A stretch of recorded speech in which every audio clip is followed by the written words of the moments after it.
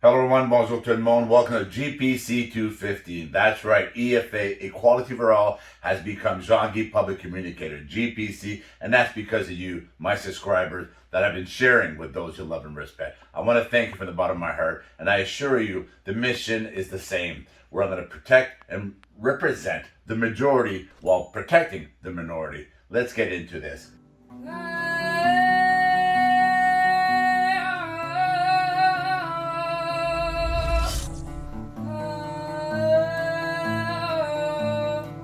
Before I talk about the House of Cards, I want to say that I, Jean-Guy Bourguignon, was obese. But I did something about it. And this is what this is all about today. Doing something about it. Let's get into this. I want to read you some information here. And it doesn't matter where you are in a part of the world. It doesn't matter if you're outside of Canada. A lot of these things I'm reading you is Canadian, Ontario and Quebec and so forth. But it doesn't matter which democratic part of the world. It's going to resound with you just like it resounded with me when I put this together. The Canadian health system, let me read something here. The Canadian health system has been run as a government monopoly since 1970. It doesn't really matter which level of government tries to manage a system. Our experience shows that the political planning doesn't work. Adding federal management would be as effective as averting disaster as rearranging the deck chairs on a sinking ship. This comes from the Fraser Institute report back in April of 2011, a decade ago. Now let's go in incrementation here in years.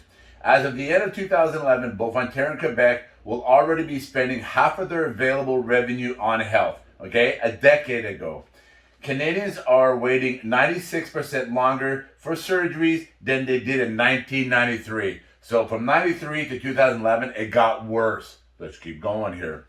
Canada has one of the highest health expenditures as a percentage of GDP, well, that's your gross domestic products, amongst developed countries. That's why I said, doesn't matter which part of the world, democratic countries you are in, this is going to resound with you. Health, 32.7% remains the largest expense amongst provincial, territorial, and local governments combined, according to the nearly 1/3 of the total spending in 2019. So it got even worse. So now in 2019, they're saying 1/3 of the spending, doesn't matter, municipal, federal, provincial combined, is going towards health. Let's keep going. Let's flash forward here to pre-2020, pre-COVID 2020. Let's go to this here. Researchers went over decades worth of Ontario health data and found more severe diseases, including younger patients. Finding that the findings were published in the Canadian Medical Association Journal, where the focus was on Ontario, where they wanted to know, was the population getting healthier on average or sicker on average? And here's the drum roll. Here's what they found. Overall, remember what I talked about in 2011 and compared to 1993 and what I said about 2019? This is what they found here in this report here. Overall, the number of patients with both mental and physical chronic disease increased by 11%. And the number of patients with 2 or more such conditions increased by 12%. And those with 3 or more conditions increased by 13.5%.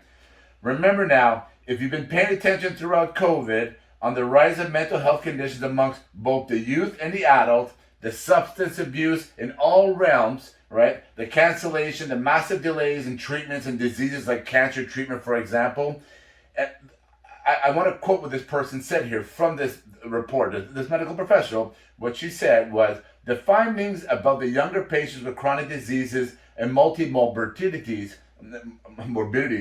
was the most surprising and most concerning. Does that resound? Does that resound with what's going on here in the world on the comorbidities and mobilities and all the and in the last year we've canceled so many different. I was one of them. Took me a year to get one appointment that is very, very, I don't want to get into the details, but it was very needed, right? There's a whole bunch of stuff. The reason why I've lost 100 pounds is because of all the chronic pain issues and the calcium tendonitis, the arthritis. Now they're saying like fibromyalgia and that kind of stuff. And how do you treat that? Through health. You can take medicine to mask the pain, but how you treat it is through nutrition, through health, through wellness, through functional fitness. That's how you treat it. That's what I've been doing for the last it's going to be 2 years in June here that I've been on this path that I haven't changed. So let me get into this. When I'm talking about paying attention, right?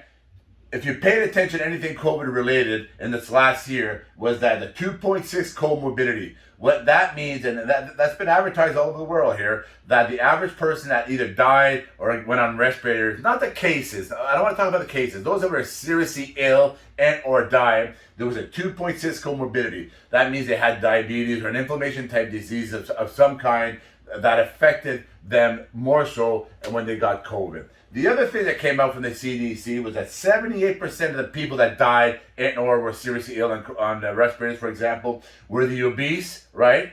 And or the overweight, i.e. the unhealthy. This is government funded stats here, okay? This is not just random numbers. This is the CDC telling you this, okay? Let's keep going here. It takes an average of 6 commercials for people to register. And don't quote me on a number of 6, 8 commercials, but it takes the average human being like 6 or 8 commercials for it to register, for it to sink in, right? So let me ask you this question.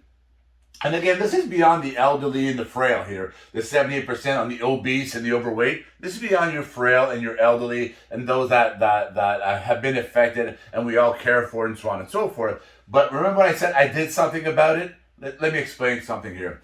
Have you noticed when I said the 6 commercials, have you noticed that you have not registered any commercials advertising publicly funded anything on health?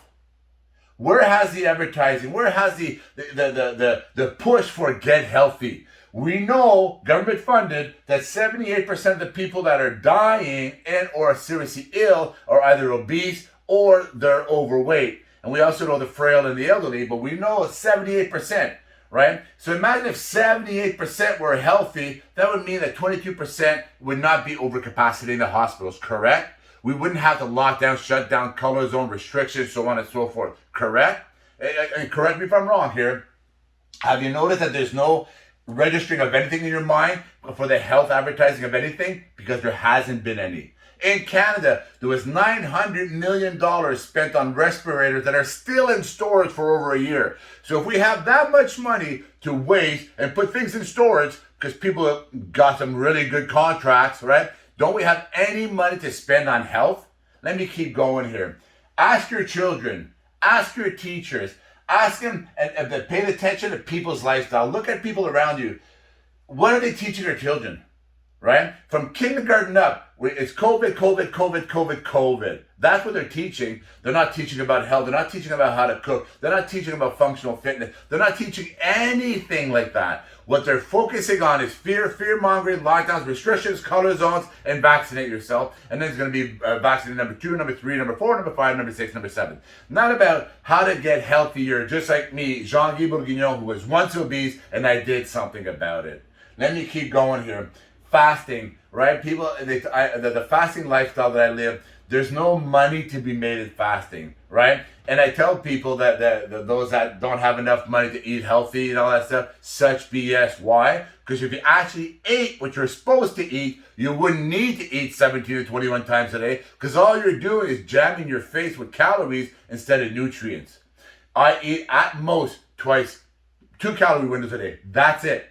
So imagine if humanity actually ate 2 times a day at the most, right? They'd be naturally healthy. Naturally healthy. And then I tell people the rest will follow, because you have this urge to train. You have this urge to do stretching. You have this urge to go out and get on a bike and train with your children and have fun with them and play ball and so on and so forth. That's what happens. But again, there's no money to be made in people that fast, right? There's money to be made in the unhealthy, with your healthcare system, your medical system, your pharmaceutical system, your pills and so forth, which are just, I take supplements every day. Every single day. In fact, that's how I break my fast. I break my fast with supplements, with nutraceuticals. But the key word is supplements. It supplements what I do on every given day. I eat nutrient-dense food. So the supplement is a benefit to the nutrient-dense food that I eat.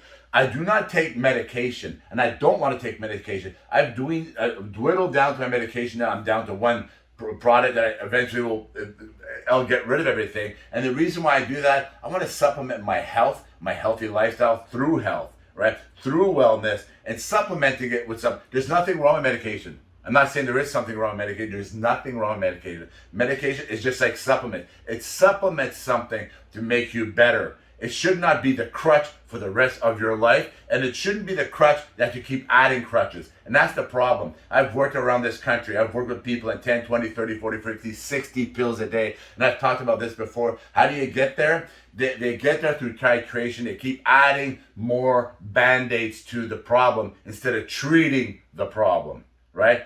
Hence what I did. I was obese and I did something about it. I'm going to close here. Do you remember Arnold, the governor? Do you remember when he was governor and how he really pushed health and he really pushed exercising and where did all that go? Ask yourself that question. Why don't we have leaders out there that are pushing health, that are pushing nutrition, that are getting it in schools? And ask your kids, do you teach how to cook? There's only limited schools out there that teach how to cook, that teach you about health, that teach you about anything. Ask your teachers. They will tell you, no, they don't. It's not part of the curriculum. Doesn't matter where you are, right? That is, they're more interested in the 27 genders than to actually focus on health. And that's a fact. That is a fact. You need to do something about it. Don't wait for your system. Don't wait for your governance. Because right here, they have been telling you it's getting worse and worse and worse. We're going to get to a point that you're going to need a vaccine a day just to be healthy. Jean-Guy Bourguignon, JPC. All right? Follow me. Thank you. Share with those you love and respect. Love you all.